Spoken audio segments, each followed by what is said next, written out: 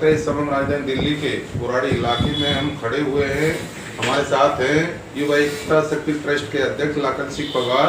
आइए हम इनसे बात करते हैं कि कल जो अमानवीय अत्याचार हुआ है, जो पुलिस ने लाठीचार्ज किया है, बर्बरतापूर्वक छात्रों पर जो लाठीचार्ज किया है जंतर मंतर पर, बांगचोक जो 20 दिन से अनशन पर बैठे हुए थे उनको पुलिस ने बड़े अमानवीय तरीके से सुबह सुबह उनको उठा लिया और उनको हॉस्पिटल में एडमिट कर दिया।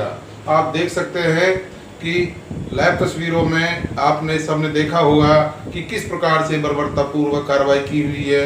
ये दमनकारी नीति गवर्नमेंट की हम कह सकते हैं। इस समय हमारे साथ लाखन सिंह पवार हैं, आइए इनसे बात करते हैं।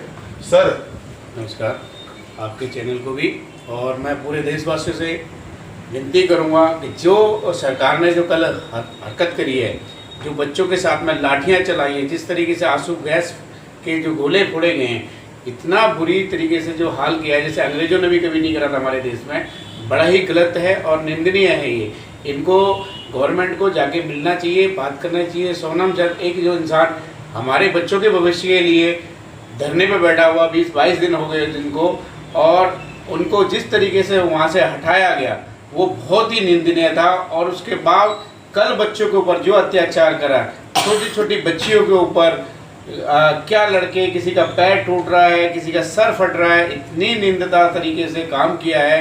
दिल्ली पुलिस ने भी बहुत गलत तरीके से काम किया है। मैं तो दिल्ली पुलिस के हर उस जवान से भी कहना चाहूँगा कि ये आपके बच्चों के भविष्य के लिए वहाँ पे मेहनत कर रहे हैं, जो संघर्ष कर रहे हैं आपके बच्चों के लिए कर रहे हैं।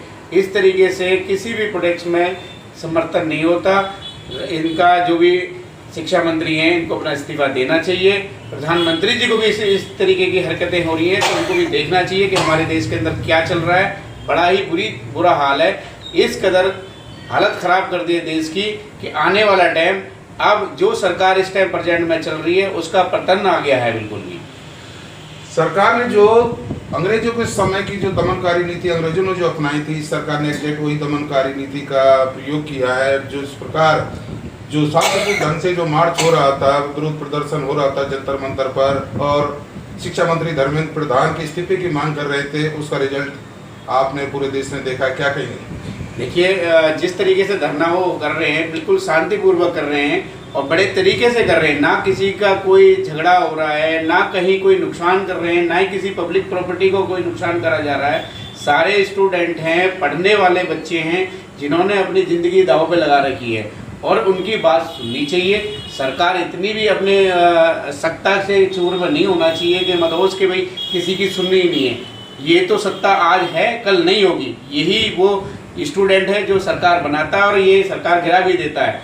मैं सरकार से फिर भी रिक्वेस्ट करूंगा, इस धरने को जितनी जल्दी हो जाए शांतिपूर्वक ख़त्म करा जाए। जो बच्चे मांग कर रहे हैं उसको इस बातों को माना जाए।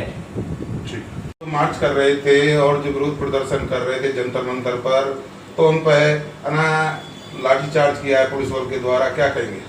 देखो, जो पुलिस ने करा है वो बहुत गलत करा है।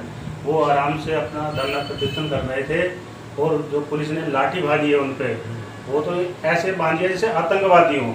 वो छात्र ही ना हो, किसी का सर फोड़ रहे हैं, किसी को कुछ कर रहे हैं, किसी के कपड़े फाड़ रहे हैं, लड़कियों तक तो डंडे मारे हैं इन्होंने। सर, इस धरने प्रदर्शन, इस जंतर मंतर पर जो विरोध प्रदर्शन चल रहा था, शिक्षा मंत्री धर्मेंद्र प्रधान के इस्तीफे की मांग की जा रही थी। 20 दिन से सोनम वांगचुक भी अनशन पर बैठे हुए हैं, इस समय भी हॉस्पिटल में हैं और ये विरोध पूरे देश में एक लहर बन चुका है। क्या कहेंगे?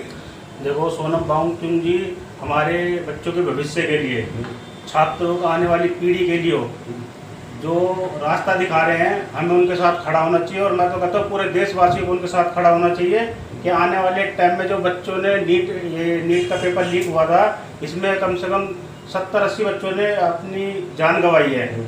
तो उसको देखते हुए भी इन्हें, जो हमारे शिक्षा मंत्री हैं धर्मेंद्र प्रधान जी, इनको आके इनकी